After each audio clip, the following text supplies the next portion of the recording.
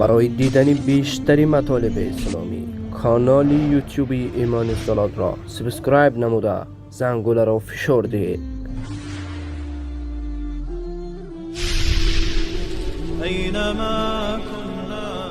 شبکه توحیدی ایمان زلال تقدیم می کند. پروانگان راه حق و عدل قرآنیم، گلگون کفن در راه آزادی شهیدانیم. پروانگان راه حق و عدل قرآنیم، گلگون کفن در راه آزادی شهیدانیم. اعمار استعمار از ما هراسان است، کفار شرق و غرب هر لحظه لرزان است. هر لاله صحرا خون شهیدان است، با خون خود ما زینتی دشت و بیابانیم. پروانگان راه حق و عدل قرآنیم، گلگون کفن در راه آزادی شهیدانیم. پروانگان راه حق و عدل قرآنیم، گلگون کفن در راه آزادی شهیدانیم. پروانگان راه حق و عدل قرآنیم، گلگون کفن در راه آزادی شهیدانیم. پروانگان راه حق و عدل قرآنیم، گلگون کفن در راه آزادی شهیدانیم. اعمار استعمار از ما هراسان است، کفار شرق و غرب هر لحظه لرزان است.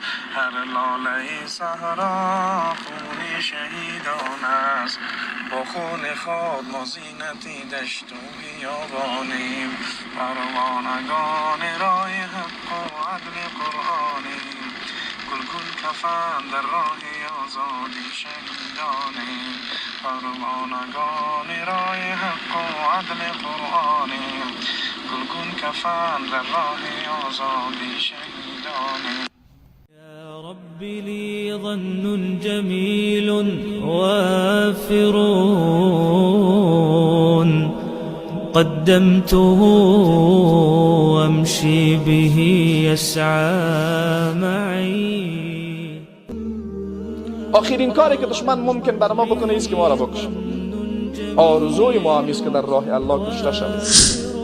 آرزوی ما هم است که در راه الله کشته شویم.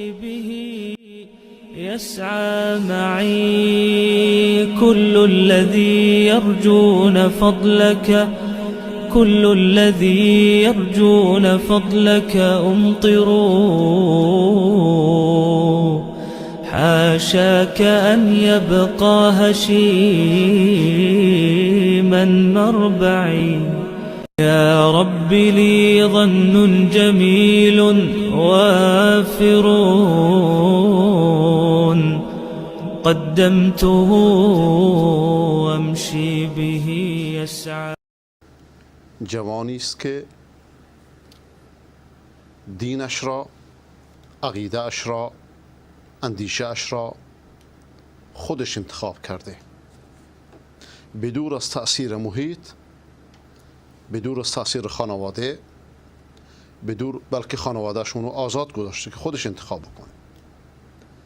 و از خوششانسی ایشون یکیش اینه که در سرزمینی هست زندگی میکنه که آزادی دین از طرف، انتخاب دین از طرف خانواده نیست، بلکه از طرف خود انسانه، آزاد خود انتخاب بکنه.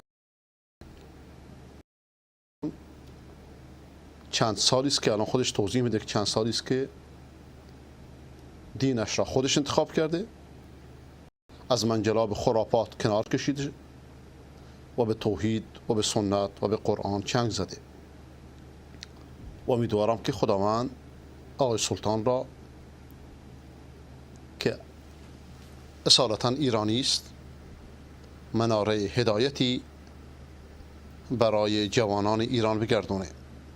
همچنان که در قبل هم شما سابقه دارید آقای حسن شمرانی که برنامه داشت و امیدوارم که برنامه هاشم دوباره شروع بشه و من دوست داشتم این برنامه رو آقای حسن شمرانی که دوست ایشونه مدیریت میکرد و شاید هم فردا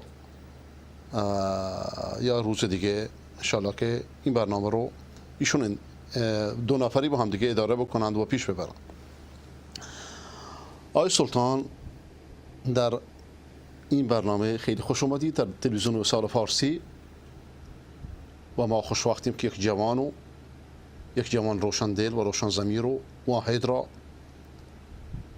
که خودش توحید انتخاب کرده تجربهش را در اختیار بینندگان ارجمند، جوانان ارجمند بگذاریم و همچنین از ایشون می‌خواهیم از دوستان ایرانی دیگری را که چه به وسیله ایشون دعوت شدند یا به وسیله دیگران هدایت شدند به این برنامه بیارن تا جوانان ایران با ایشون گفتگو بکنن و از تجربه ایشون بهره مند بشن.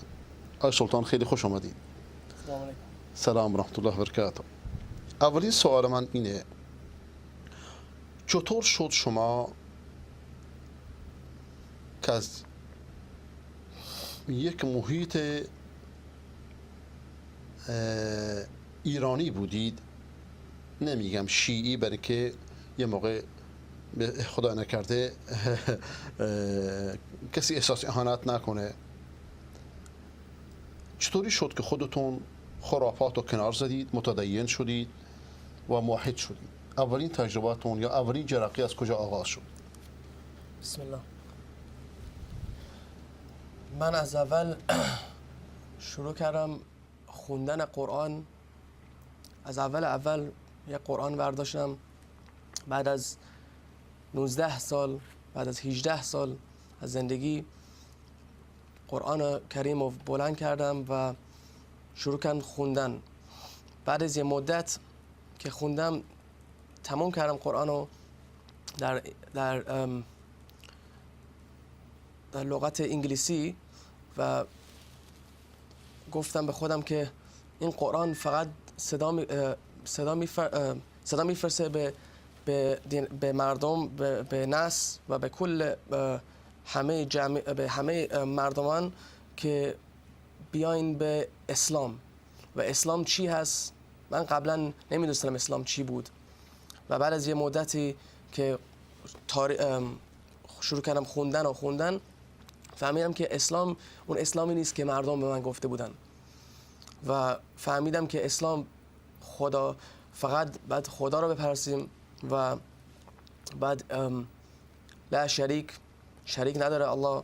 و بعد از یه مدت 1 سال فهمیدم که همه خرافات و چیزایی که به من یاد داده بودن این اشتباه بود و الحمدلله الله سبحانه تعالی منو هدایت داد انشاءالله به دین صراط المستقیم و دین اسلام. خدا رو شکر. چند سال قبل بود و این قضیه و چطور شد که اولین جرقه زده شد که شما رفتی به سوی قرآن؟ اولا چند سال قبل تقریبا؟ نزدیک 5 سال پیش بود که من رفتم به طرف قرآن. یک مکافاتی باز شد واسه من و مشکلی پیش اومد واسه من و گفتم که کمک لازم داشتم و تنها کسی که میخواستم کمکم کنه الله سبحانه تعالی بود و از قدیم یادم بود که همه میگفتن خدا هست. تنها چیزی که بلد بودم که یه خدا، یه الله داریم، یه الهی داریم که باید تنها کسی که میتونه کمکمون کنه الله است. ولی در موقعی که عادی صدا نمی‌کردم به الله و این فقط به موقعی که سخت میگفتم صدا می‌کردم به الله. شروع کردم اولین باری که قرآن رو برداشتم توی خونه از دوستان بود که برداشتم قرآن رو و خوندم و دیدم که این قرآن یه چیزی که نمیشه مرد نوشته باشه و من قبلا فکر میکردم که نمیشه که انسان نوشته باشه. من اول فکر میکردم که یه انسانه که اینو نوشته به نام محمد صلی الله علیه و سلم و بعد از این مدت که بعد از یه مدتی که یاد گرفتم دیدم که این اشتباهه و الحمدلله کتاب بلند کردم و شروع کردم خوندن و هدایت شدم. بعد از اون همه دوستام عوض کردم و کل همه زندگیم عوض شد. بعد از 3 ماه بعد از قرآن خوندم کل زندگیم عوض شد و زندگیم از یه زندگی بگم وسترنایزد و به یه زندگی غیر مستقیم و یه زندگی بیدین و زندگی که هر کاری میخوای بکنی و هر کاری بکن عوض شد و ول کردم این زندگی که داشتم میکردم. اومدم به صراط المستقیم که ببینم که هر چی خدا میگه و الله میگه من میخواستم چجوری بگم عمل بکنم. درسته. خب چه تجربه جالبیه. اول مشکلی براشون پیش اومدن. ببینید که مصیبت ها چگونه تبدیل به مهنت ها، تبدیل به منحه میشه. یعنی چی؟ رنج تبدیل به گنج میشه. ولذا هیچ چیزی در این دنیا بی حکمت نیست. خداوند مشکل رو میفرسته برای اینکه این مشکلات که میاد در زندگی برای 2 چیزه، یا برای تعذیب کردن و راه آوردن یا برای تعذیبه. و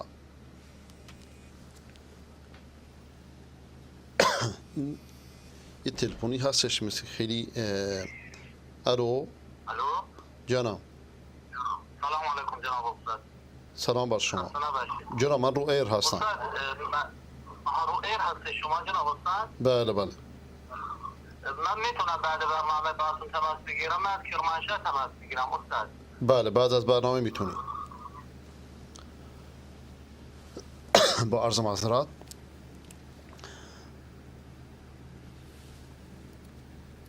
خداوند مشکلاتی که میفرسته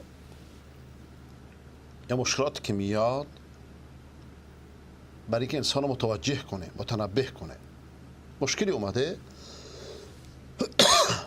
ایشون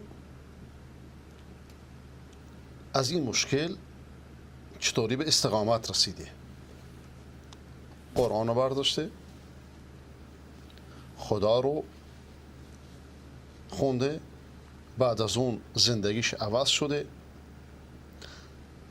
از زندگی غیر مستقیم و بی قید و بند به زندگی مقید بازگشته.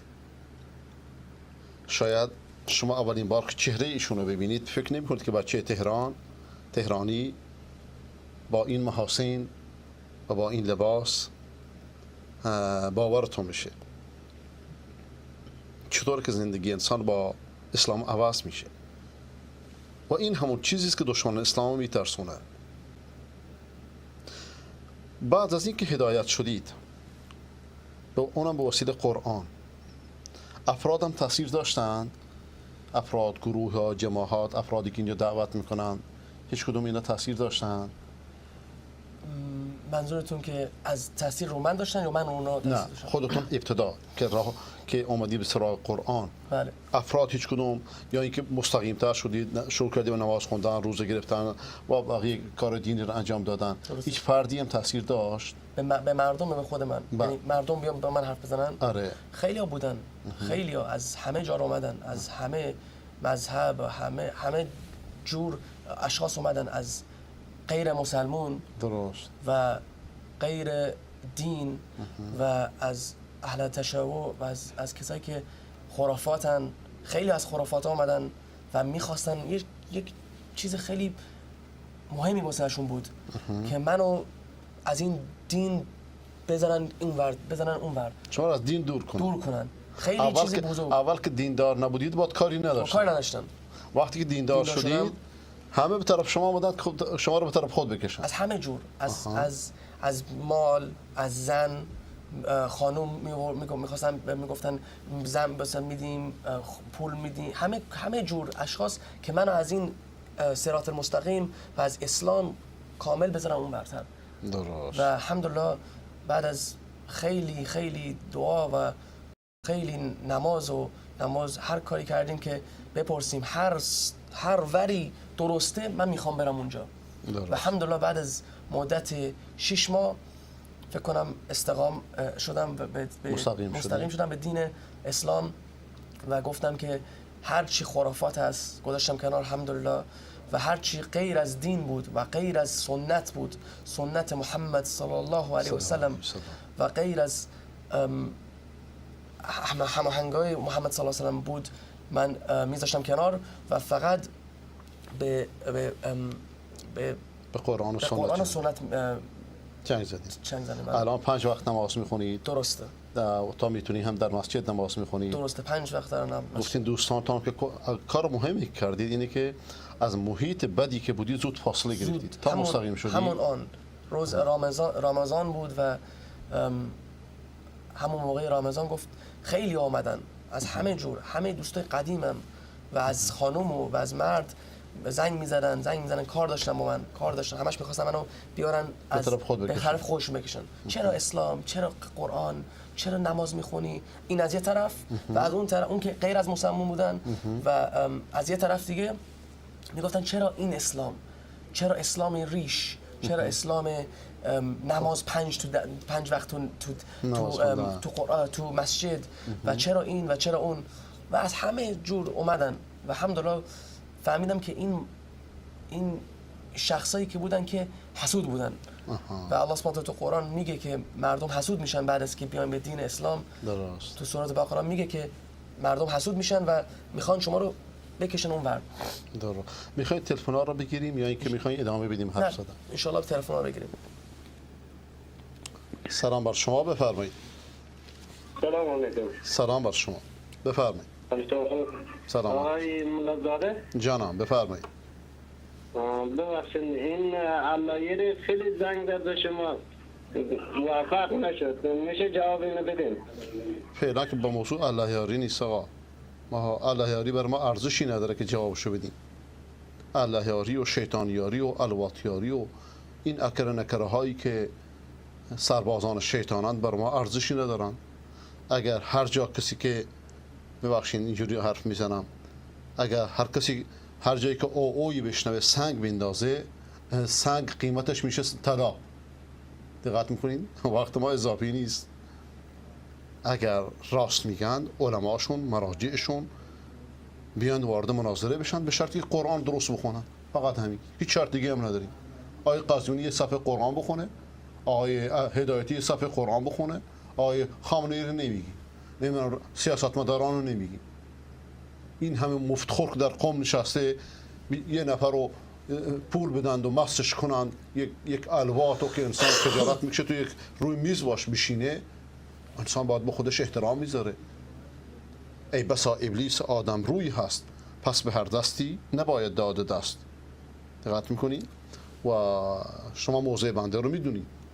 بنده طرفدار مناظره هستم، برخلاف بسیاری از علما یا بعضی از علما که مناظره با اهل بدعت و روانه میدونن برای که بدعت هاشون منتشر نشه. بنده این رأی رو ندارم، ولی با بزرگانشون و با علماشون، نه با چارتالات و الوات.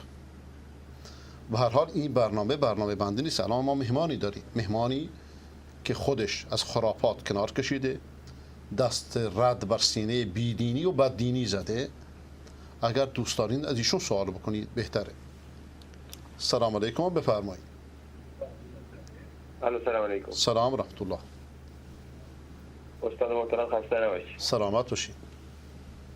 بفرمایید. بازگشتتون خیلی خوشحال هستیم. زنده باشین، خواهش میکنم.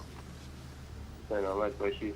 و این دوست گرامی و محبتی که واقعا به دین اسلام دوباره برگشتن از بیان نام خوشحال هستیم ان شاء الله. سلامت باشین. من خوشحال بهتون بگم ان شاء الله. خیلی خیلی متشکرم، محبت کردین. سلامت باشید، تشکر. زنده باشین، خدا یار شما باشه. سلام علیکم، بفرمایید. سلام علیکم عزیزان. سلامت بید. به فارسی صحبت کنید که مردم متوجه بشن. شما از پاکستان زنگ میزنید؟ الو، قطع شدید. سلام علیکم، افغانستان، بفرمایید. بله. الو سلام علیکم شبکه وسا. سلام بر شما. جناب محترم مولانا زاده بفرمایید. ملا زاده سوالی داشتم. بله بفرمایید. بفرمایید جناب. آیا غیر از خانه خدا طواف کردن بر زیارت یا امام رضایی که در مشهد است، چون در از کتاب‌های اهل تشیع بله نوشته بود که یک طواف مرقد شاه رضا در مشهدش 7770 حج اکبر است. بله خواستم درباره این بیشتر در من دانایی و بینایی حاصل شود. چشم. طواف همچنان که در برنامه قبلی شیخ سعد لبوری کم اشاره کردن مخصوص خانه کعبه. هر عبادتی را که خداوند مشخص کرده بر جای دیگه صرف بشه، متوجه بشه، اون یا کفر یا بدعته، از این دو حال خارج نیست. و این شعری که شما خوندید خودش کفر اکبره. نه زیارت امام رضا، نه زیارت هیچ امامی، هیچ پیغمبری، هیچ صحابی برابر با طواف خانه خدا نمیشه. انسان پرست ها، مرده پرست ها اینو میگن و مدعیان تشیع انسان پرستن، چه اون انسان زنده باشه یا مرده، لیکن خدا پرستان اینو نمیگوین. من دوست داشتم که شما بینندگان ارجمند سوالها رو از جوان ارجمندی که مهمان نواز بپرسید که مدت هاست 4-5 سالیه که به وسیله قرآن هدایت شده و مقید شده، 5 وقت نماز میخونه به جای 3 وقت، روزه میگیره، عمره میره، حج میره، اگر پولی داشته باشه زکات میده، خمس نمیده، متعه نمیکنه، ازدواج میکنه. توجه میکنید؟ سلام علیکم، بفرمایید. سلام علیکم حاج آقا ملا زاده. علیکم السلام و رحمت الله. حج و زیارت شما قبول باشه انشالله. فرهاد هستم از ایران. از شما همچنین، خداوند نصیبتون بکنه. خواهش میکنم. و تبریک عرض میکنم به این برادر محترممونم. خواهش میکنم. سلامت باشید. حاج آقا ملا زاده، متاسفانه من یک سوالی از شبکه کلمه پرسیدم، جواب قانع کننده به من ندادن. اجازه میفرمایید مطرح کنم؟ بفرمایید.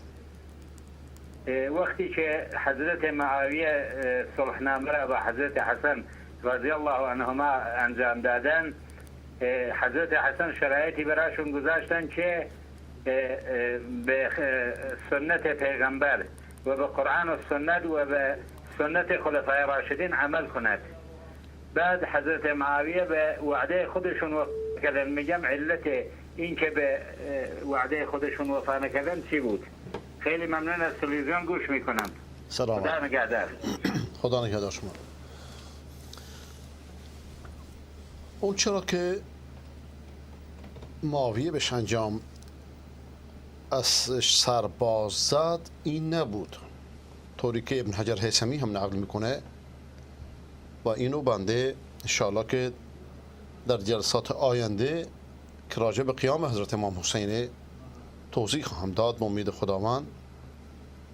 اینه که علاوه بر عمل بر قرآن و سنت پیامبر و روش خلفای راشدین عمل بکنه، خلافت و بعد از خودش شورایی قرار بده. شورایی قرار بده یعنی چی؟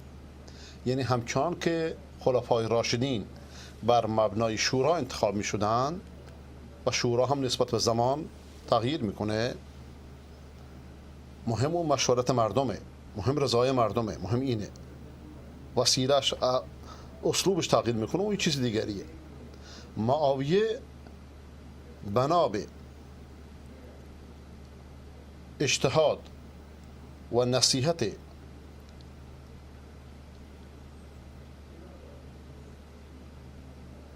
بعضی از یارانش و بعضی از صحابه حتی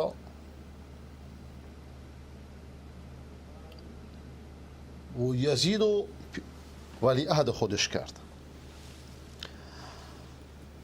اونهایی که بر این رأی بودند گفتند که الان وقت فتنه، الان این فتنه ها خاموش شده، دوباره کاری نکن که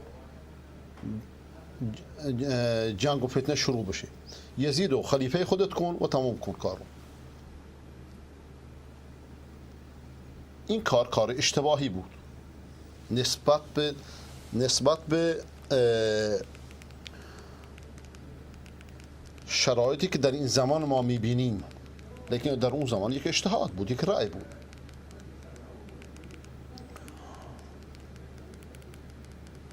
و امام حسن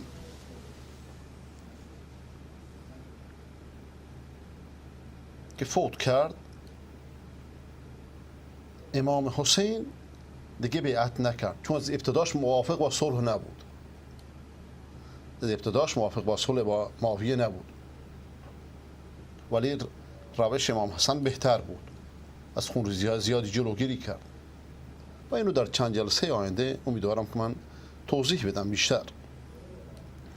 و چون به شورا عمل نکرد و یزید و ولی عهد خودش قرار داد، جانشین خودش قرار داد، این برخلاف اتفاق بین امام حسن و معاویه بود. اما حسین پرستان و مدعیان تشیع و باطنیه قدیم و رافضیان جدید، روحانیان امروزی، اگر معاویه یک اشتباه کرد که یزید و جانشین خودش قرار داد، یعنی حکومت موروثی کرد، اینها آمدن دین رو موروثی کردن، کل دین رو موروثی کردن. امامت یعنی چی؟ امامت بر علیه رسالت و موروثی کردن دینه. این یک جنایت بزرگ، خیلی خیلی بزرگتریه. دقت میکنین؟ در صورتی که امام حسین شهید راه شوراست، شهید راه خلافته، اینها آمدند از خون حسین چنان سوء استفاده کردن که کل دین حسین رو تغییر دادن، کل دین اسلام رو تغییر دادن. باز من خواهش میکنم که سوالتون از مهمان ارجمندمون باشه. سلام علیکم، بفرمایید. الو الو، امارات شما هستید، بفرمایید. خب اگه نمیشنوید گوش خدمتتون باشه. سلام علیکم، ایران، بفرمایید. الو سلام علیکم. علیکم السلام و رحمت الله و برکاته. جانم بفرمایید. آقای مولازاده در خدمتتون هستم، بفرمایید. این آقایی که پیش شما نشسته اسمشون چیه؟ خودشون معرفی کنم برای ما. آقا سلطان، عرض کردم اسمشون سلطانه. اهل کدوم کشورن؟ ایرانن. ایرانیان. اینا که مسلمان نبودن؟ چرا مسلمان بودن؟ مسلمان نبودن. مسلمان بودن. خب شیعه بودن، مسلمان بودن. ولی از خرافاتی که در میان شیعیان هست دست برداشتن، موحد شدن. چه نوع خرافاتی؟ یکیش امامته، یکیش اسمته، یکیش سینه زنی است، یکیش ولایته، یکیش 12 امامه. اینا کجاش خرافاته؟ خرافاتش یکیش اینه که در قرآن سینه زنی نیست، زنجیر زنی نیست، در قرآن امامت نیست، امام زمان نیست. در نهج البلاغه قرآن نیومده به جزئیات نپرداخته که. آخه اینا آفرین چیز خوبی. ما به خاطر مثلا یک نفر از دنیا میره، گوش میکنین؟ یک نفر از دنیا میره، یکی از عزیزانمون، بعضی وقت ما به سرمون میزنیم، به سینه‌مون میزنیم. خب این کار اشتباهیه دیگه. من شما عزیز من، آدم در اون لحظه اختیاری تو رفتار نه انسان هیچ موقعی نباید دیوانه بشه. عزیز من شما مگر اجازه بدین دیوانه اهل بیت شدن مگه؟ آقا اجازه بدین حرف بزنیم، اجازه بدین با هم حرف بزنیم. مگر من شما مسلمان نیستیم؟ بله. مگر دین من شما این چیزها رو مشخص نکرده؟ مگر پیامبر مشخص نکرده؟ مگر پیامبر نگفته یه حدی رو گذاشت. آقا تو حرف من نپر. یاد بگیر تو حرف من نپر، حرف من که تموم شد بعد حرف بزن. مگر پیامبر دین رو کامل نکرده؟ نگفته سینه نزنید، نگفته زنجیر نزنید، نفرموده که من دارم ولی خود شما کسی نمیتونه گوش کنید. که نمیتونه گوش کنید. من ناچارم گوشی رو بذارم زمین تا خوب گوش کنید بعد بذارمت. شما هنوز رو ایر هستید. مگر پیامبر نفرموده که من ضرب الخدود و شق الصدور فليس و دعوى الجاهلیه فليس منا؟ کسی که سینه بزنه، صورتشو بزنه، دعوت به دعوت جاهلیت کنه از من نیست؟ عزیز من، اگر شما مثل که تازه به این برنامه توجه میکنید، درسته؟ نه خیر، من شاید 2 ماهی هستیم. خب اگر 2 ماهیه شما باید به خوبی توجه کرده باشید. تمام اون چه که امروزه شیعیان ارجمندو از بقیه مسلمانان جدا کرده ضد قرآن، ضد سنت، خرافاته. از امامت گرفته تا اسمت، از ولایت گرفته تا امام زمان، همه اینا خرافاته. حتی شما امام زمان هم خرافات میدونید؟ امام زمان یک بته، نه اینکه خرافاته. ولی اینو چه آفرین. همین که میگی چرا من خوشم میاد، برای که این چرا دلیل بر اینه که شما دنبال حقیقتی دقت میکنین و برای که اولا برای که در قرآن نیست، ثانیا برای که یک افسانه، ثالثا برای که بر مبنای یک درست این دروغ بنا شده. یعنی چی؟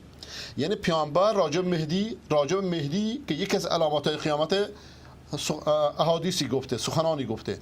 شیادان سیاسی در طول زمان اومدن این مهدی رو منحرف کردن به امام زمان که تمام اختیارات کون دادن به این بت، اختیارات خدا رو، اختیارات رسول رو، یعنی اون رو خدا کردن و امامت در مقابل نبوت درست کردن و امام زمان در مقابل خدا درست کردن. این بت پرستی است.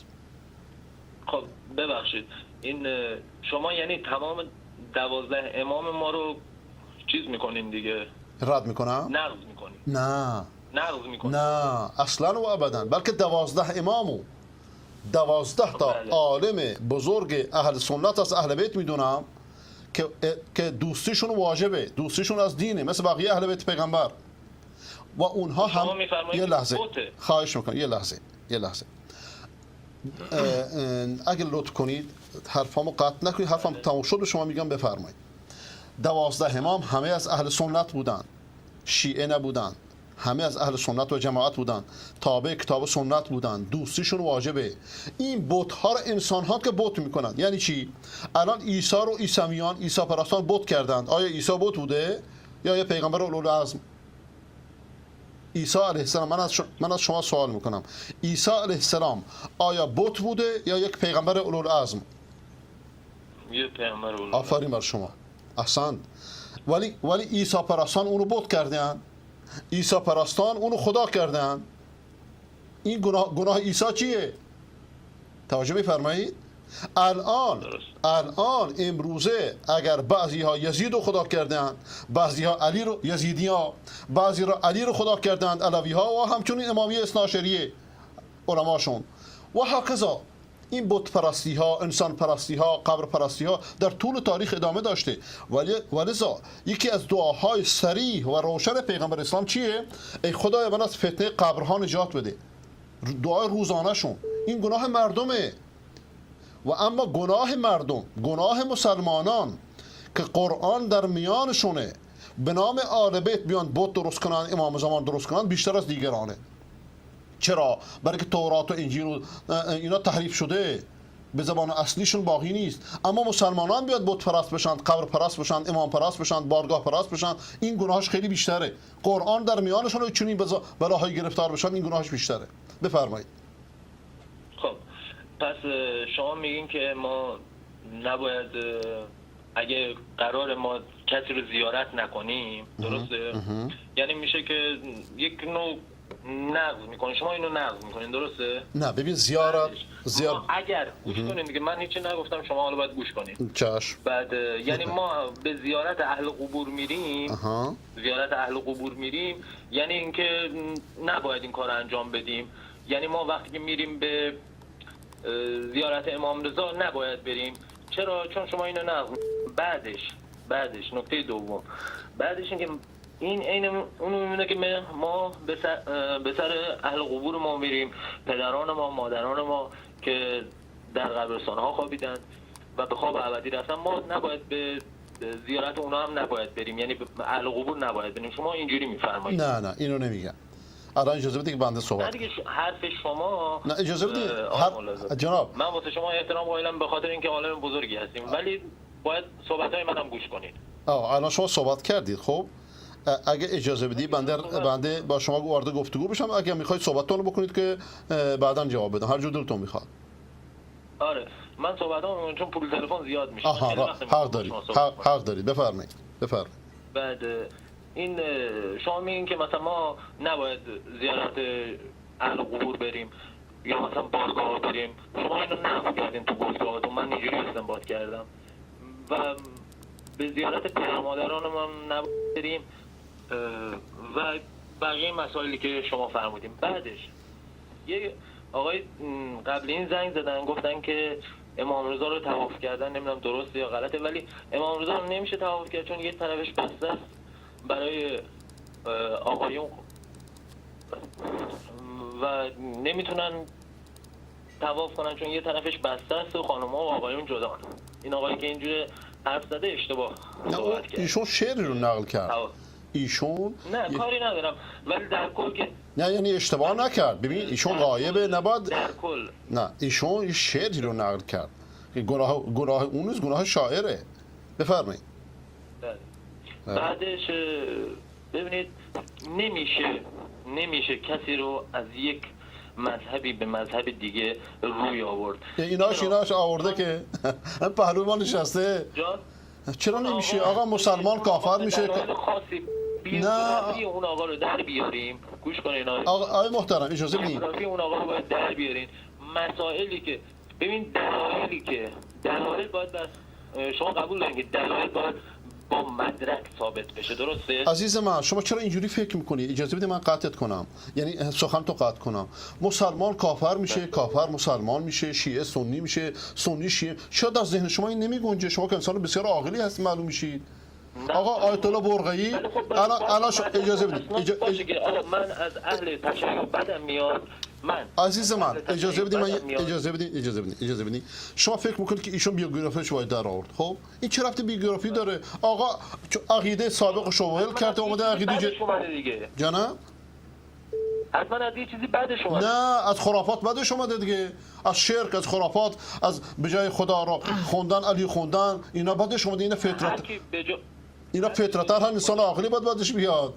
به هر حال الان موضوع متشعب شد. من نمی‌کنم به شخص خاصی، من حتی به ایشون هم بی‌احترامی نکردم، فقط گفتم که فرمایش دیگری نداری؟ به جای امامت هر کی به جای امامت خدا رو پرستش میکنه اشتباه میکنه، کاملا اشتباه میکنه. نه اجازه بده که من توضیح بدم. جای خودش امامت چیزی است من در آوردی در مقابل رسالت. در قرآن نیست. در قبول دارم، خدا هم قبول دارم. خب باشه هموش با ببین عزیز من با قاطی کردن حق و باطل همینه دیگه. شما که قبول دارید باید مبنای قرآنی داشته باشید. آیا علی چرا در نهج البلاغه امامت قبول نداره؟ چرا از امامت حرفی نمیزنه؟ اگر شما تابع اهل بیت پیغمبر هستید، اهل بیت پیغمبر رو دوست دارید، باید عقیده اونها رو قبول داشته باشید.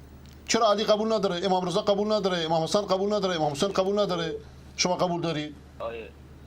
آقای مولازاده جانم ببینین صحبت که الان دارم من میکنم، علمای شما یه آقا علما رو ول کن. من الان صحبت ما ببینید گوش کنین، الان صحبت ما نمیتونه به نتیجه کاملی برسه، چون نه من هزینه اونو دارم که به قول معروف تلفنی با شما صحبت کنم. آقا این خیلی ساده، هزینه نمیخواد، یه خورده به مخت فشار بیار. آقا شما مسلمانی، کتابت قرآنه. روز قیامت خداوند از قرآن از شما سوال میکنه. چیزی که در قرآن نباشه ازت سوال نمیکنه.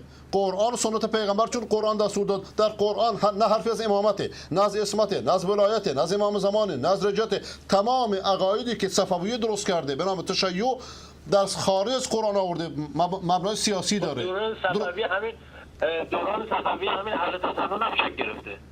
چه گرفته؟ همین اهل تسنن هم شکل گرفته. نه اهل سنت که به خاطر اینکه انگلیسی‌ها اجازه بده آقا اگه به خاطر اینکه انگلیسی‌ها بین این دو فرقه تفرقه بندازن. نه بسیار خوب، اینو من توضیح میدم. خیلی متشکرم. 12 دقیقه با هم صحبت کردیم، اینو توضیح میدم. اینو شما فرد عاقل نباید اینجوری حرف میزد. اگر اهل سنت در زمان صفویه شکل میگرفت که ایران 1000 سال برادر ارجمندم قبل از صفویه بر اهل سنت بود، انگلیس‌ها کجا بودن؟ مقصود شما اینه که انگلیس‌ها اختلاف ایجاد کردن. اگر مقصودتون اینه انگلیس‌ها صفویه رو کمک کردن بر علیه عثمانیان، دقت میکنید برادران شلی تو ایران اومدن صفویه رو علم کردن، این بازی‌ها رو اونا علم کردن. ولی اجازه بدین اگه اجازه بدین من حرفایشون رو نقد بکنم. دوست عزیز، از اینکه برنامه توجه میکنید، مؤدبانه صحبت میکنید و تماس میگیرید، خیلی متشکرم. خیلی متشکرم، به خصوص که از ابتدا تا انتها با ادب بودید. این که من نقد زیارت ها میکنم، نباید به زیارت امام رضا بریم، بله، نه به زیارت امام رضا، نه به زیارت هیچ امامی، نه به زیارت هیچ گنبد و بارگاه. هر جایی که بدعت باشه، هر جایی که غیر خدا خونده باشه، هر جایی که قبر بتخانه باشه، رفتن به اونجا حرامه. درست مثل بتخانه رفتن بتخانه ها جایز نیست. آیا این معنیش اینه که قبرها رو نباید زیارت کرد؟ نه، اصلا چنین نیست. من خواهش میکنم که این موضوع توجه فرمایید. یعنی چی؟ یعنی که ما مسلمانیم، پیامبر خدا صلی الله علیه و سلم همه آداب دین رو به ما یاد داده. راجع به زیارت مقبره ها اول طور کامل نهی کرد. فرمود الا اینی نهیتکم زیارت قبور الا فزوروها فانها تذکرکم الاخره. من ای مردم شما را از زیارت قبرها منع کردم. قبرها اون موقع فتنهش چنان بود که امروز در شرکستان ایرانه، در شرکستان عراقه. قبرها فتنه بزرگی بود در مکه و در مدینه. پیامبر به طور کلی نهی کرد. وقتی که این فتنه خوابید، جامعه سالم شد از فتنه قبرها، قبر پرستی رخت بربست در مدینه منوره. گفت ای مردم من شما را از زیارت قبرها نهی کردم. الان چون این فتنه خوابیده، قبر پرستی برداشته شده، بروید قبرها رو زیارت کنید که شما رو یاد آخرت بندازه. یعنی چی؟ یعنی بدون که جایگاه شما اینجاست. آیا قبرهای ایران، بارگاه‌های ایران و عراق به یاد آخرت میندازه یا به یاد قصر خامنه‌ای میندازه؟ ده ها و صدها کیلو طلا بر این گنبدها، اینا به یاد آخرت میندازه یا به یاد قصرهای شاه و خامنه‌ای میندازه؟ خب کلاه خودتون قاضی کنید. این یکی. دوم این که بر قبرهای زیارت کنید که درش بدعت و شرک نباشه. امروزه اون جاهایی که زیارتگاه هایی که غیر خدا خونده میشه، یا علی گفته میشه، یا حسین گفته میشه، یا هر عبدالقادر جیلانی گفته میشه، یا بدوی گفته میشه، یا شیخ محی الدین گفته میشه، رفتن به این قبرها جایی که شرک انجام میگیره حرامه. اما قبرستان عمومی رفتن اگر شرک درش انجام بگیره، غیر خدا خونده بشه، نمیدونم شیبان زاری کرده بشه، نه جایز نیست. اگر چنین اعمالی انجام نگیره، بلکه رفتن به اونجا سنته. اما اون چرا که بنده بخوام بگم اینه که گروهک های مدعی تشیع دین رو کلن مقلوب کرده اند، ویران کرده اند. زیارت یعنی چی؟ یعنی دیدن قبرها. پیامبر چطوری رفتن سر قبرها رفته که برای قبرها دعا بکنه، نه اینکه از اونا دعا بخواد.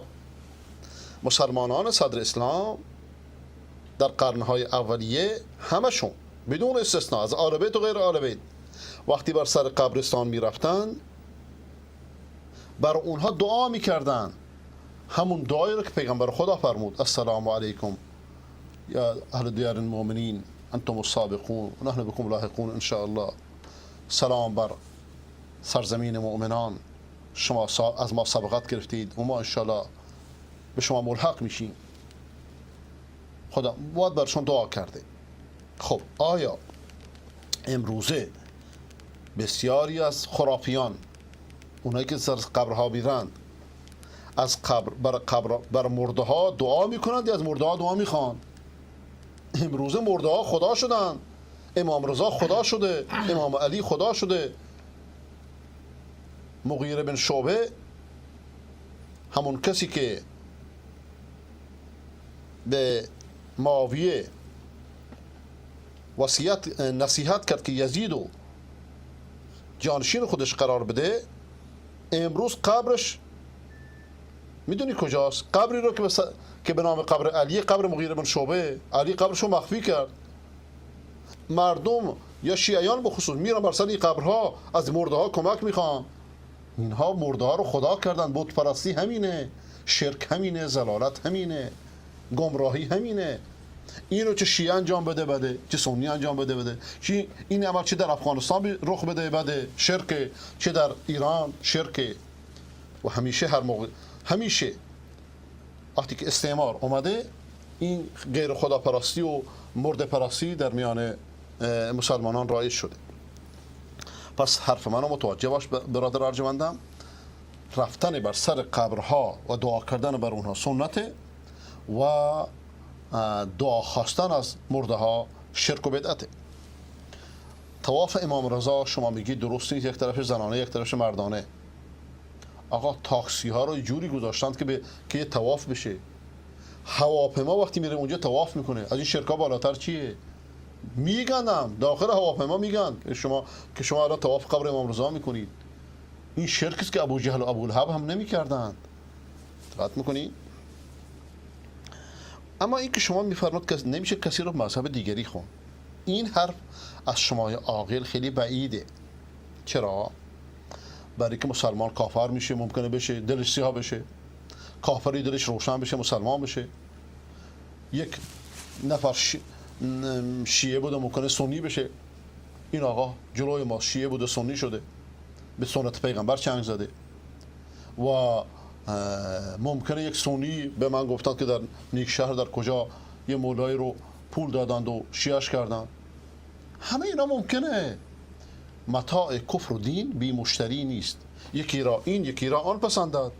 آیت الله برقعی که از بالاترین مراجع اهل تشیع، نوای امام رضا، نه اینکه از تشیع دست برداشت، بلکه مهمترین کتاب‌های عصر حاضر رو بر علیه تشیع نوشت.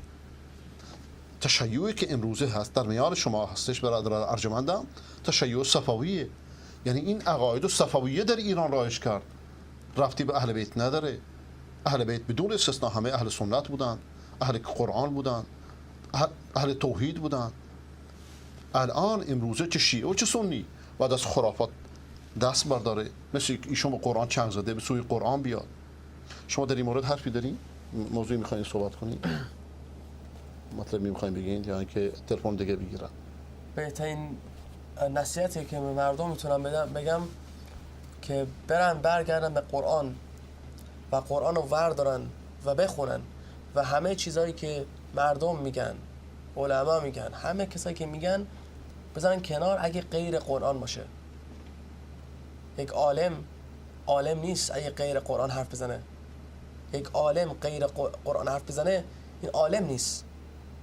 فقط چنگ بزنیم به قرآن و سنت حضرت محمد صلی الله علیه وسلم و سکسسفل میشین و موفق میشین. اگه این کار بکنین پس میریم به صراط مستقیم. خدا الله سبحانه و تعالی هیچ وقت کسی رو نمیذاره غیر از اسلام اگه خودش بخواد اسلامو، و هیچ وقت کسی رو مسلمون نمیکنه اگه نخواد به اسلامو.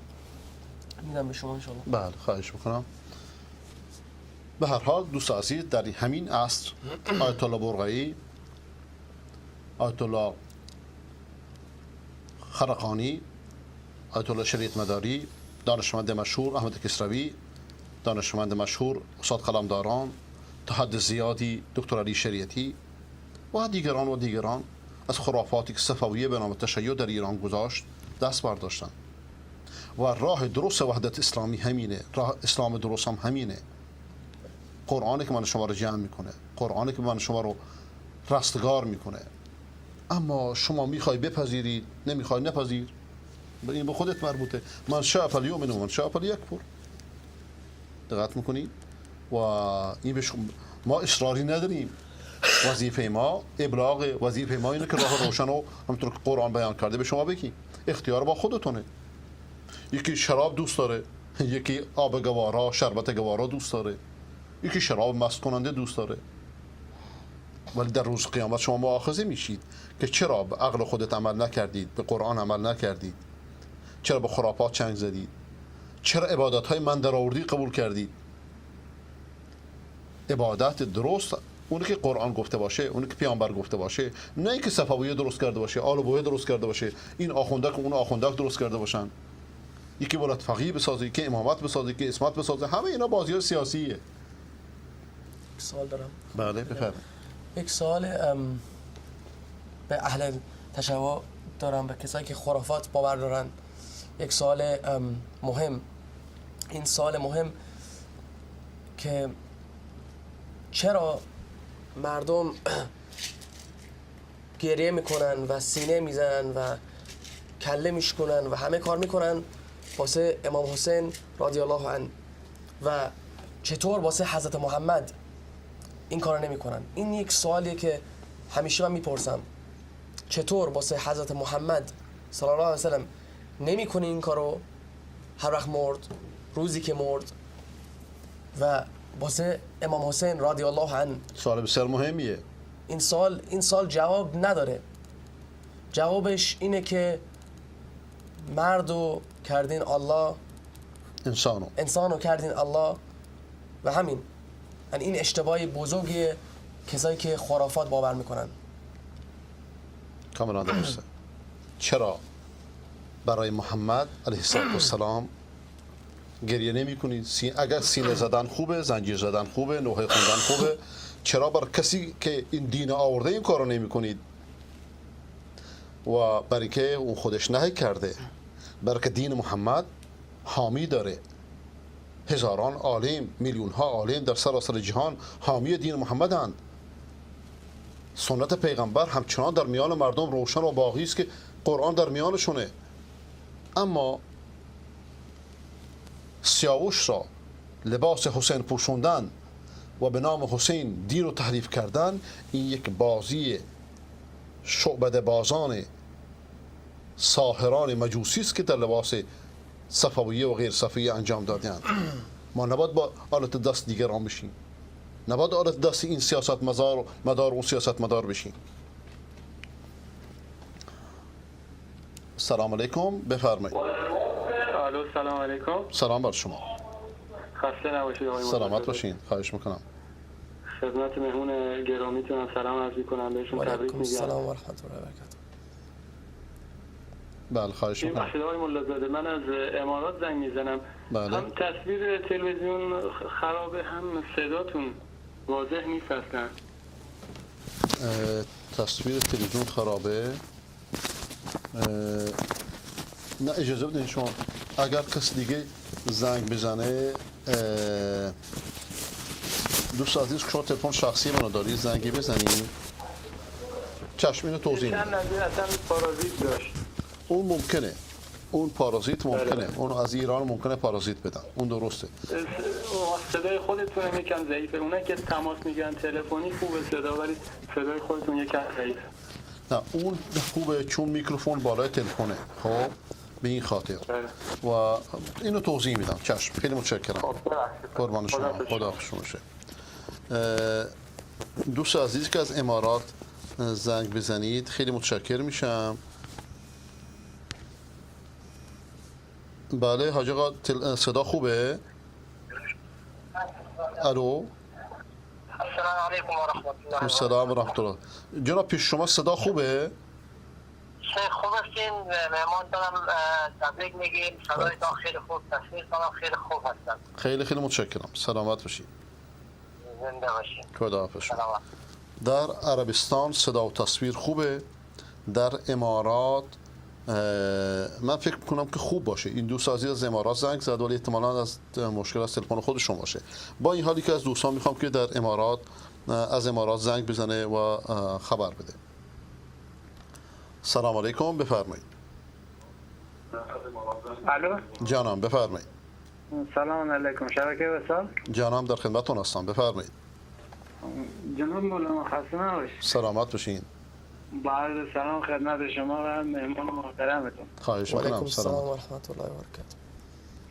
انشالله که خوب باشین، انشالله که سایه شما و شبکه شما همیشه بالای سر ما باشه. سلامت باشین، لطف دارین. دعاهای شما. بفرمایید. جناب مولانا یه سوال داشتم که خیلی سوال ساده هست، منتها ما اینجا تو ایران هستیم، عالمی نداریم، گفتیم یه سوال از شما. خواهش میکنم، بفرمایید. یه دوستی داریم، این یه دعا گردنشه. خب بعد من بهشون گفتم آیه قرآن خودشون میگن آیه سوره یاسین گرفته. بهشون گفتم که شما اینو گردنتون میندازین میرین داخل توالت، میرین این مرمر میرین، بالاخره گناه داره. میگن که نه، من شنیدم که داخل جلد چرمی که بذاریم اصلا گناهی نداره. میخواستم اینو اگه زحمتی نیست توضیح بدید. چشم، خیلی متشکرم. اون چه که اسمشو تعویض میذارن یا بعضی حجاب میذارن، به گردن میزنن یا به دست میذارن، این کارها نادرسته، ناجایز، شرعاً جایز نیست و نباید این کار کرد. اینو حتی حدی که نوعی شرک دونستن. توجه میکنین؟ و حتی اگه قرآن باشه این بی احترامی به قرآنه، برای که انسان بدون وضو ممکنه باشه یا به دستشویی بره و این کار نادرستیه، نباید این کار کرد. سلام علیکم، بفرمایید. الو سلام علیکم. علیکم السلام و رحمت الله. کانال وصال؟ بله در خدمتتون هستم. از کجا زنگ میزنی؟ من از کردستان عراق زنگ میزنم. سلام بر شما و بر برادران کرد ما، بفرمایید. ممنون، سلامت باشید. آقای دکتر من خواستم بگم شما چجور به این جوان محترم اعتماد میکنین؟ خدای نکرده به شما ضرری نمیرسونن؟ چشم، توضیح میدم. بعد از کردستان عراق هم ما تصویر شما رو خوب میبینیم، صداتون هم خیلی خوب میاد. چشم، خیلی مواظب خودتون باشین. سلامت باشین. یه سوال دیگه، میشه درس تفسیر قرآن شروع کنید که ما بتونیم از طریق شما قرآن خوب یاد بگیریم؟ چشم، اینم توضیح خواهم داد. خیلی ممنون. زنده باشید. خداوند شما سلامت نگه داره. سلامت باشین. خدا حفظتون کنه. خیلی خیلی متشکرم خواهر ارجمند. چطور به این جوان اعتماد میکنم؟ اولا که مدت هاست که ایشونو میشناسم. مدت هاست که ایشونو میشناسم و ایشون دوست منه. من ایشونو به عنوان یک فرزند و دوست یعنی به شما معرفی میکنم و براش دعا میکنم و سعی میکنم که خداوند دعا میکنم و سعی میکنم که خداوند وسایل تحصیلش رو در یک کشور عربی مهیا بکنه. علاقه شدیدی به علم داره، میخواد عالم بشه، میخواد دعوتگر بشه، میخواد داعی بشه، میخواد حامی دین بشه و ایشون از دوستان حسن آقای شمرانی است و از راه ایشون رو شناختم.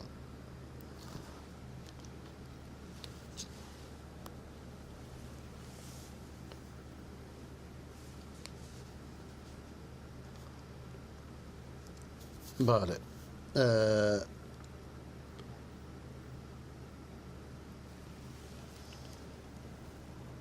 بعد وقتی که کسی علنا میاد سینه سپر میکنه، در مقابل شرک قیام میکنه،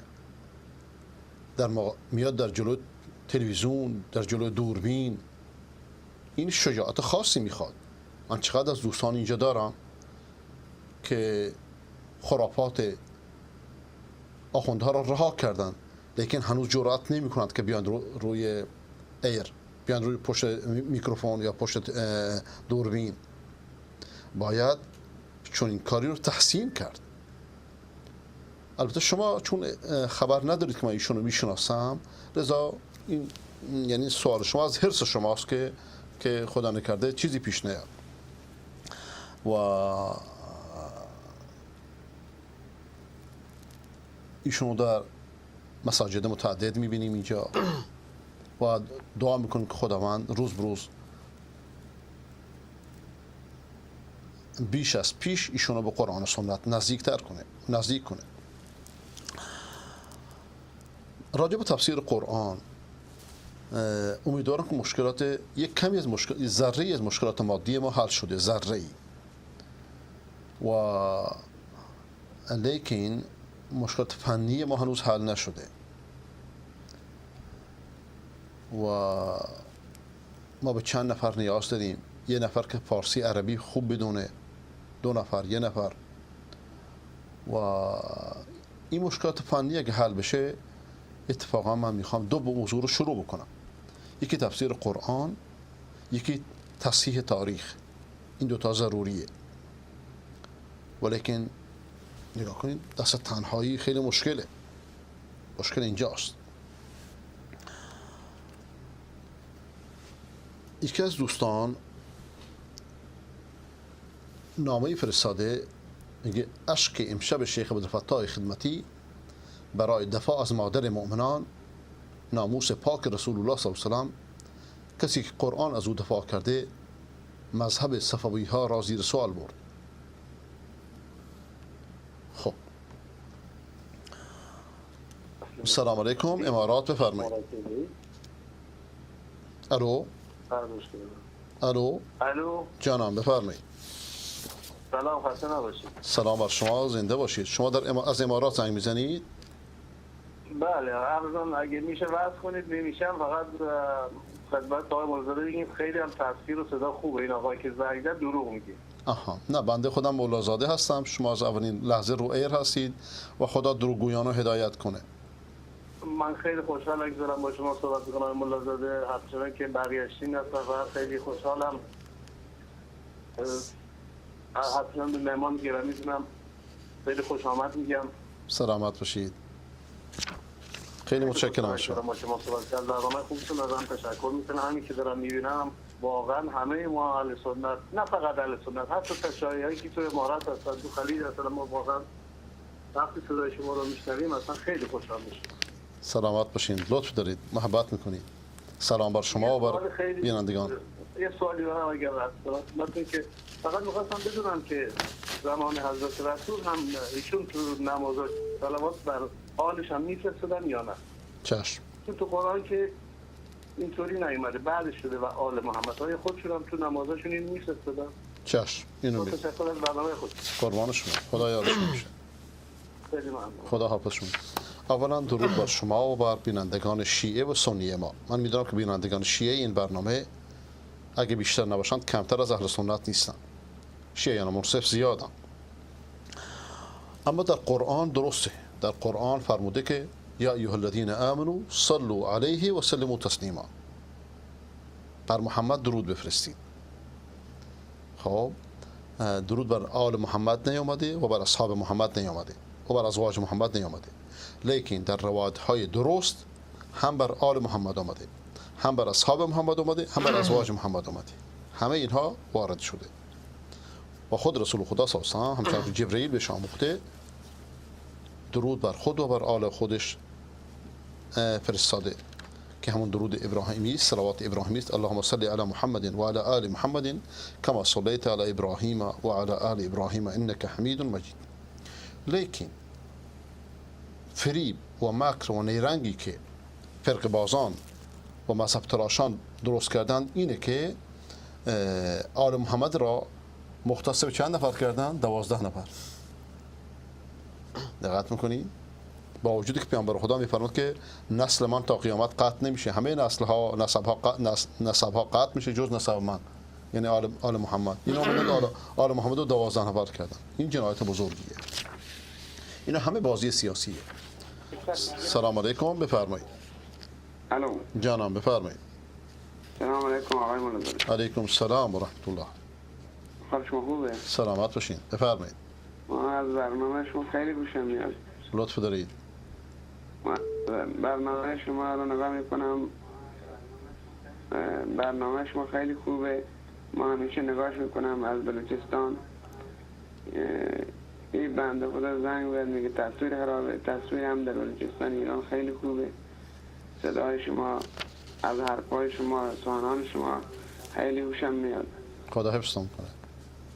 دست درد نکنه. زنده باشین. وقتت هم از جلوتر چی بود زنده نبود، الان زنده کردی. وقتتون خیلی خوبه. سلامت باشین. این جوانی که پیش شما هست خدا هدایتش کنه به راه صراط المستقیم، جمیع مسلمین را. سلامت باشین. خیلی متشکرم.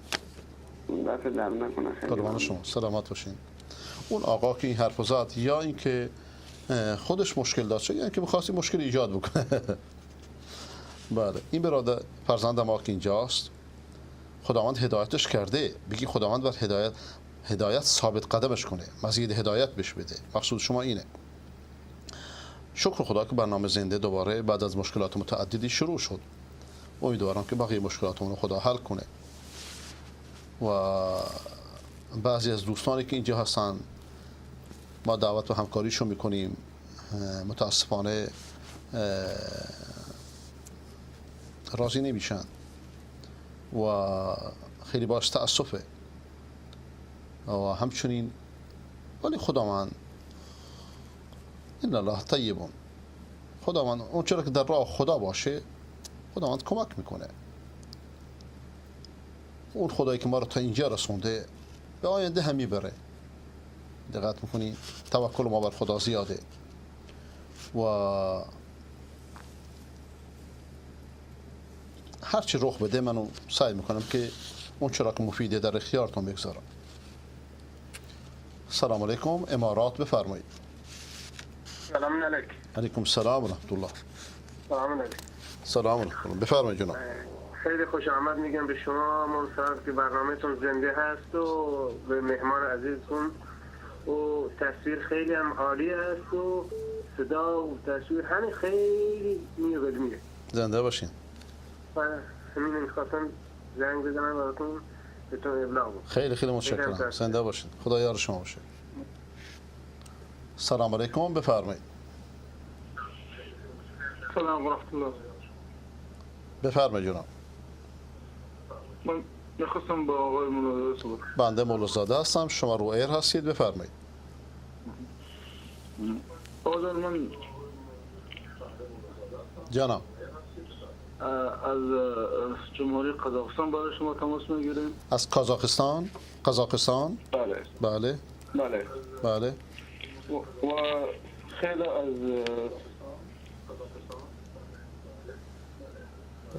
تلویزیون رو خاموش کنید. و در برنامه پیشتر از این که شما داشتید یک نفر از تاجیکستان آید و ایشان نوریدین گپ زد. لطف کنید تلویزیونتون رو ببندید که صداتون بهتر بیاد. تلویزیون خودتون رو ببندید.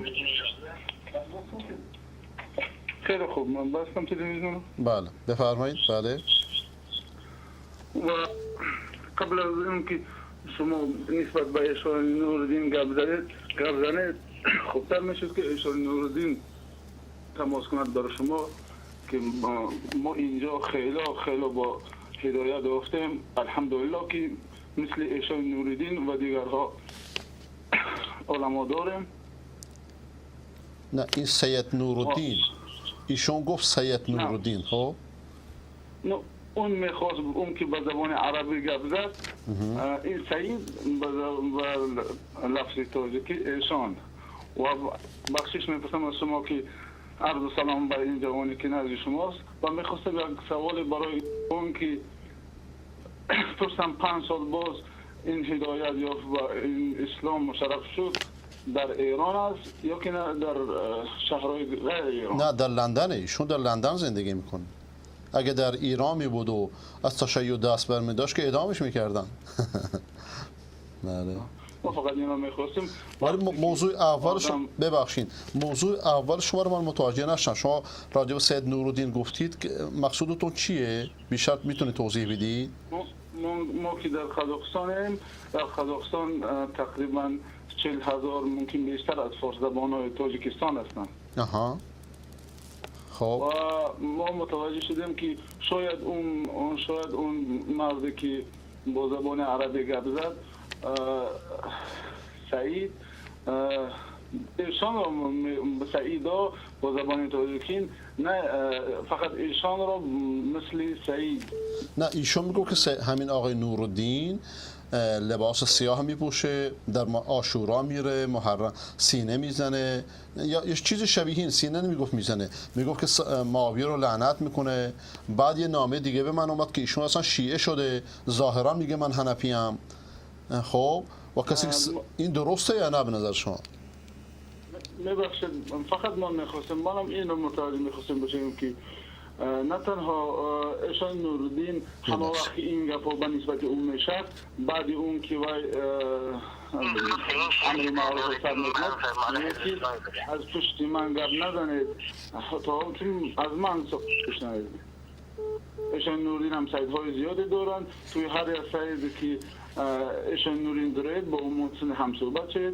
قبل از اینکه ایشان نورالدین به شأن اون یکم گپ شود خوبتر میشد که اون خودش میگفت که من تشیع هستم، برای تاجیکستان آزاد هستیش که نه برای تشیع نه برای مذهب ابو حنیفه شدن یگان مشکلی نداره، هر کی میخواد هر چی میگه. نه یعنی من از شما سوال میکنم که آیا ایشون واقعا معاویه رو نفرین میکنه یا بعضی از صحابه رو نفرین میکنه یا نه؟ نه اون مثل که من 2 سال باز یا 3 سال باز شما رو تماشا میکنم پروگرام و خیلی خوشحالم.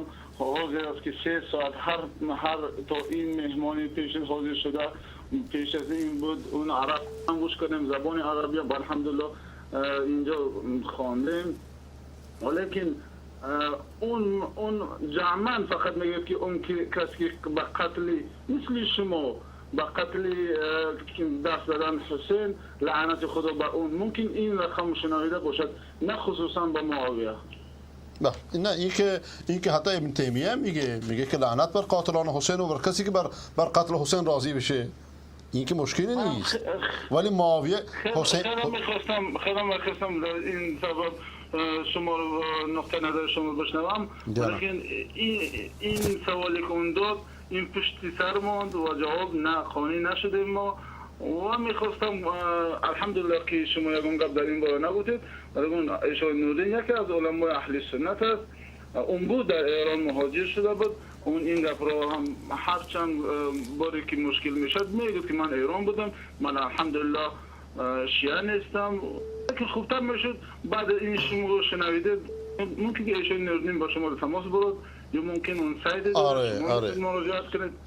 این بهتر آفرین، این درسته و حق ایشونه که به برنامه زنگ بزنه و رأی خودشو بگه و حتی اگر تلفن نتونست بگیره به همون ایمیلی که wisaltv@hotmail.com ایمیل بزنه و مطلبی بنویسه که من اینجا اعلامش بکنم، هیچ مشکلی نیست. و حتی اگر شیعه هم شده باشه مشکلی نیست، حرفشو بزنه. دقت میکنی؟ اینجا ما هم حالا فتنه های زیاده شده است نسبت به سلفی و نسبت به وهابیت. اینا تاجیکستان خیلی مشکل ها که با یک گفتنی که یک آدم سلفی شد گفته 25 سال ترمه میشود، من میخوام که شأن اون مرد این گپ ها شود و با مشکلی سلفی بودن و دولت زندانی میکنه و شکنجه میده. میدونید برای که هر کسی که از خرافات دور بشه و موحد بشه بر دولت متاسفانه دولت بعضی از دولت‌ها احساس خطر میکنن.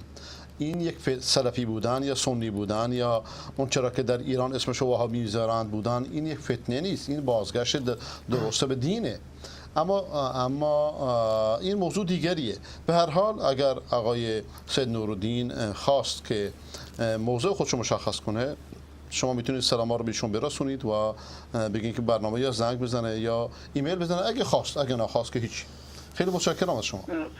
منم از شما خیلی متشکرم و 3 سال باز یکم بار با شما در تماس گرفتیم، محبت کردیم ما هم یک ذره و باز یک بار برای اون جوانی که نزد شما شده عرض سلام ما و بخشش ما ناحرمتی شد به سلام سر نکردیم و خدا حافظ شما کنیم. این تلفن شما رو اولین بار توی اولم بود تلفن، بعد اون که خواستیم یک با شما در تماس گیریم ما پیدا نمیکردیم. امروز که دیدیم این زنده رو خیلی خوشحال شدیم. لطف دارید. و اگر وقتی داشته باشید که با چی طریق به شما یک کمکی رسونیم خیلی خوب میشد، ولی اون چیزی که توی تلویزیون هست اونم متوجه نمیشیم از چی سر کنیم و کجا پرداخت کنیم. اینو توضیح میدم. خیلی متشکرم از احساس مسئولیت شما. اینو توضیح میدم. خدا حافظ ناصر شما شه. کسانی که میخوان به برنامه کمک بکنن، اون شماره حساب بانک که به انگلیسی نوشته شده، اون شماره حساب بانک میتونن به این شماره بفرستن، به این شماره بانک. و تلویزیون ما حق جمع آوری تبرعات و قانونا داره از هر کشوری. و خیلی متشکرم شما احساس مسئولیت میکنید. سلام علیکم. کردستان بفرمایید. الو. سلام علیکم. علیکم السلام و رحمت الله. بفرمایید. آقای دکتر حالتون خوبه ان شاء الله؟ خیلی متشکرم. زنده باشید. من از کردستان عراق مزاحم میشم. خواهش میکنم. بفرمایید. خدا حجتون رو قبول کنه ان شاء الله. آمین. واقعا به دلای ما رو زنده کردید با این برنامه زنده‌تون دوباره. خواهش میکنم. زنده باشید. و همین برادر عزیز بغلیتونم تبریک عرض میکنم و امیدوارم خدا امثالشون زیاد کنه و راه مستقیم خدا طول عمرشون بده. آمین. آمین. سلامت باشید. دکتر من ولی هم مداخله بکنم و به نسبت مورد برنامه که مهمان عربی دارید میخواستم اگر چه لطف کنید امکان بشه ترجمه زیرنویس سریع عربی به فارسی بریم. نداریم متاسفانه. همچه کسی نداریم. کاش که میشد ولی همچه کسی نداریم. اگر می داشتیم خیلی عالی میشد. حتی ما یه نفر الان نداریم که اینجا بیاد. اگر یه نفر دیگه میشد که برنامه رو اداره میکرد که به عربی صحبت میکرد خیلی بهتر بود، چون من به موضوع خودم میپرداختم. میدونید الان مثلا الان 2 تا برنامه رو بنده اجرا کردم. بله من هم به علت همینم وقتی زیاد طلب میشه تو برنامه اینجوری. بله درسته، کاملا درسته، حق دارید. اینو برای تلویزیون‌های بزرگ ممکنه، اما برای ماها که کارمون تقریبا تکلک ابتدایی خیلی سخته چون کادر نداریم.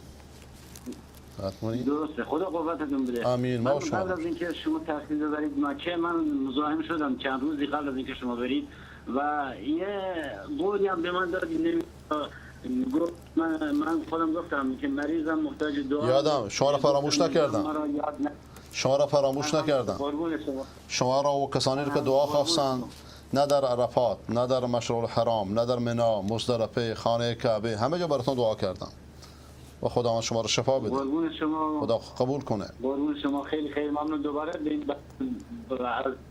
بغل عرض میکنم خدا حافظ همه باشه. خدا نگهدار که اهل سنت جماعت باشه. با امید خدا. شیخ یه سوال دارم از شما بپرسیم که واسه کسایی که خرافات باور میکنن این موضوع توضیح بدین. موضوع راجب عمر ابن خطاب رضی الله عنه، این موضوع که همشون لعنت میکنن و میگن راجب عمر، این علتش ولی عمر ابن خطاب مگه کسی نبود که حضرت محمد داد حضرت علی دخترشو داد به یه دونه از صحابه‌ای که اینا لعنت میکنن. این موضوع انشالله توضیح بدید. این موضوع مهمیه، واقعا این مهمه. اگر شما علی رو دوست دارید و چطور شوهر دختر علی رو لعنت میکنید؟ این یک. بعد چرا علی فرزندشو به اسم ابوبکر عمر گذاشت؟ حسن همین کار کرد، حسین همین کار کرد. جعفر صادق میفرماد که من از 2 پشت به ابوبکر میرسم. درسته. خب اینو نشون میده که اینها علی و غیر علی رو ببخشید اینجوری میگم بازیچه خود کردن، بازیچه دست خود کردن برای ویران کردن دین. اینها از نام اونها سوء استفاده میکنن برای رسیدن به اغراض سیاسی خودش. سابقین این کار کردن، اینها که قرنها گذشته به ارث بردن نمیدونن چیکار بکنن. درسته. ولی علی و عمر با هم دشمنی نداشتن. اما آقای کی حرف خوبی میزنه، آقای زیبا کلام میگه که ما هنوز قادسیه یادمون نرفته. اونجا که قادسیه جنگی است که ایران از اسلام شکست خورد. ایران ساسانی زرتشتی از اسلام شکست خورد. میگه ما هنوز یادمون نرفته. میگه حتی ما از اهل سنت هم بعدمون میاد، می خاطر که هم فکر هم عقیده اعراب هستن. مشکل اینجاست. پس این یک قضیه تاریخیه. این تا تاریخ ایران و اسلام منصفانه بررسی نشه که این موضوع رو آقای مطهری تا حد زیادی نه کامل انجام داده و خدمات متقابل اسلام ایران، یا آقای شریعتی کتابی نوشته تشیع علوی، تشیع صفوی، اگرچه اشتباهاتی داره. انسان تا نخونه روشن نمیشه. تا روشن نشه همچنان در منجلاب خرافاتی که صفویه در لباس روحانیت مزور و مدعی تشیع ایجاد کرده و ایران بهش غرق کرده، همچنان درش قوطه میخوره. راه نجات از این خرافات خوندن درست تاریخ و قبل از اون خوندن قرآنه، همطور که شما اشاره کردید. خب دوستان ارجمند، وقت ما داره به پایان میرسه و امیدوارم که ما یکی دو نفر مترجم عربی فارسی پیدا کنیم که بتونن اینجا خدمت بکنن و فوری هم بنویسند که وقت ترجمه گرفته نشه و خداوند افرادی رو مهیا کنه که ما رو همکاری بکنن و امیدوارم که ایشون با ما باشه، در روزانه با ما باشه، آقای عباس، آقای شمرانی هم با ما باشه و دو سه نفری که باشه کارمون ان شاءالله جلو میره. خب دوستان، تلفن ها زیاده، همچنان چشمک میزنه، ولی ما اجازه میخوایم که ان شاءالله برای فردا هم برنامه زنده عربی فارسی رو با حضور جناب شیخ دکتر سعد بریک آغاز کنیم و بعدش اگر آقای سلطان میخواستن برنامه داشته باشن که چه بهتر، ایشون و آقای شمرانی، و ببینیم که موضوع به کجا می انجامه. خب دوستان، همه شما رو به خدای بزرگ میسپارم. شب روزتون خیر هر جا که هستید و ما رو هم از دعای خیرتون فراموش نفرمایید. خداوند یار و یاور همه تون باد.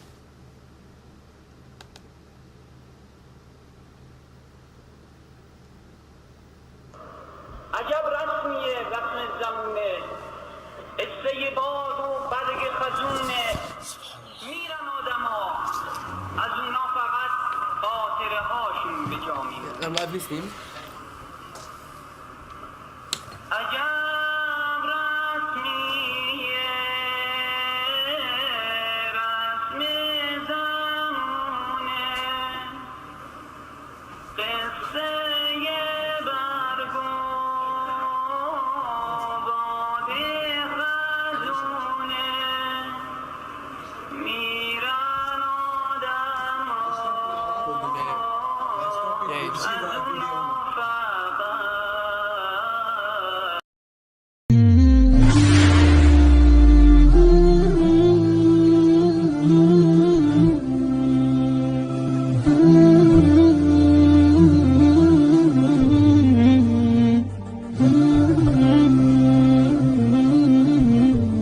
برای دیدن بیشتری مطالب اسلامی کانال یوتیوبی ایمان زلال را سابسکرایب نموده زنگوله را فشار دهید.